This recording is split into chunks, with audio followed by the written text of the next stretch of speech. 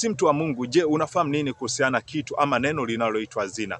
Kumbe hazina ni kitu ambacho unachokitumia ama kilichobeba imani yako kwa ajili ya kuja kukamilisha jambo fulani, nikimaanisha kwamba hicho kitu kinakuwa kimefungamana na nafsi yako ama kimefungamana na imani yako na kuweza kuchukua nafasi kubwa ya kukitegemea hicho kitu kuliko kumtegemea Mungu. Kumbe hazina yako inaweza ikawa maisha yako, hazina yako inaweza ikawa kazi yako, hazina yako inaweza ikawa mke wako, inaweza ikawa familia yako, inaweza ikawa kila kitu. Yaani ni kitu ambacho kinachochukua nafasi kubwa ambacho unachokitegemea, na wakati mwingine hata mtu akija akakichukua hicho kitu, unaweza ukaharibikiwa katika maisha yako, unaweza ukafa au unaweza ukapoteza maisha yako, ama kuna wengine unakuta kabisa wanachanganyikiwa. Kwa wale wasiomjua Mungu unakuta hazina yao inakuta ni miungu. Kwa wale ambao waliona matumaini na Mungu unakuta hazina yao ni Mungu ambaye anayeishi ama Mungu aliye hai. Kumbe basi hazina yako ilipo ndipo na moyo wako ulipo, likimaanisha kwamba kitu ambacho unachokipa nafasi ndicho kinachobeba maisha yako.